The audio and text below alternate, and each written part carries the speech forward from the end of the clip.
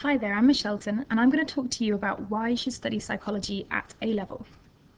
Psychology is considered a social science. Studying a social science is not only academically enriching, but it can also have the capacity to change the way you see the world around you. So, what is a social science?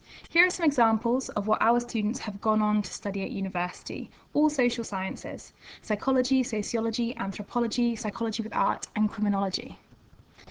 I'm going to give you a taste of psychology, so having a look at some of the big studies that we look at.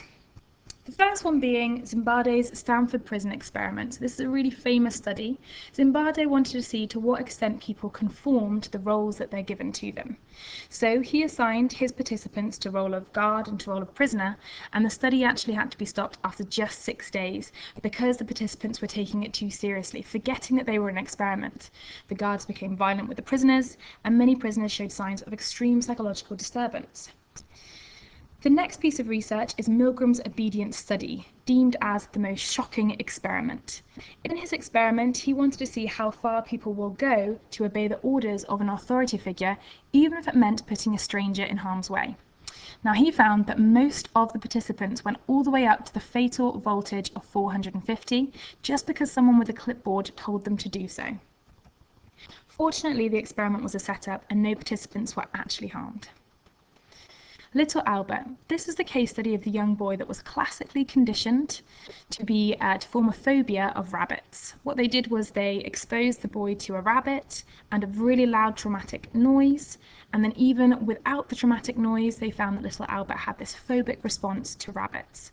Unfortunately, this was a really unethical piece of research, and they found that Albert formed a phobia to all fluffy things.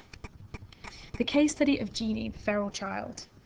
They found Jeannie at the age of 13. She had never been spoken to, she had never experienced any form of relationship or attachment, and they found that this led to extreme attachment problems later on in life.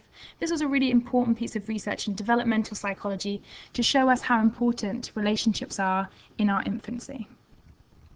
So what is psychology? Psychology is the scientific study of the mind, how it can influence our behaviour.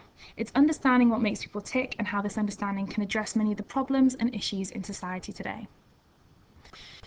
In AS, we look at paper 1 and paper 2, and then in A2, we introduce paper 3.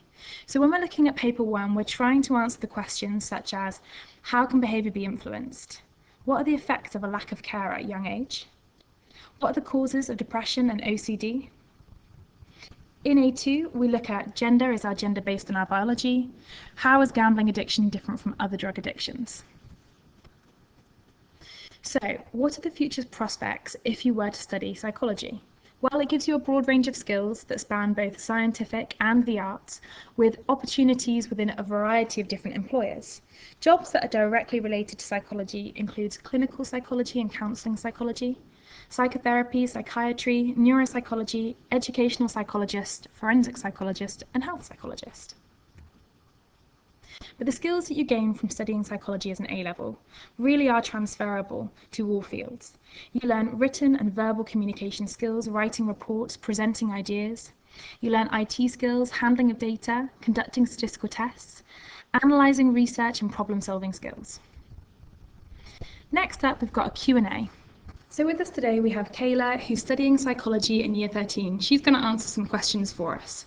So what have you found the most interesting about studying psychology? I found the most interesting psychopathology and learning about mental illnesses, just because they are really you're able to apply it to real life, because people every day you come across with mental illnesses, and by learning about it and seeing the signs, you're able to help them or maybe actually talk to them about it. Yeah, so mental illness is almost becoming a bit more open. We're able to talk a bit more about it, and now you have the kind of terminology to be able to talk about it in everyday life. And what kind of support were you given when you were studying AS psychology? We're given a lot of packs and homework, and we're always encouraged to do further research, wider reading. We also do a lot of tests in class, which help us a lot to actually be able to get a grip of the assessments and the actual exams that we're going to have. Yeah, great.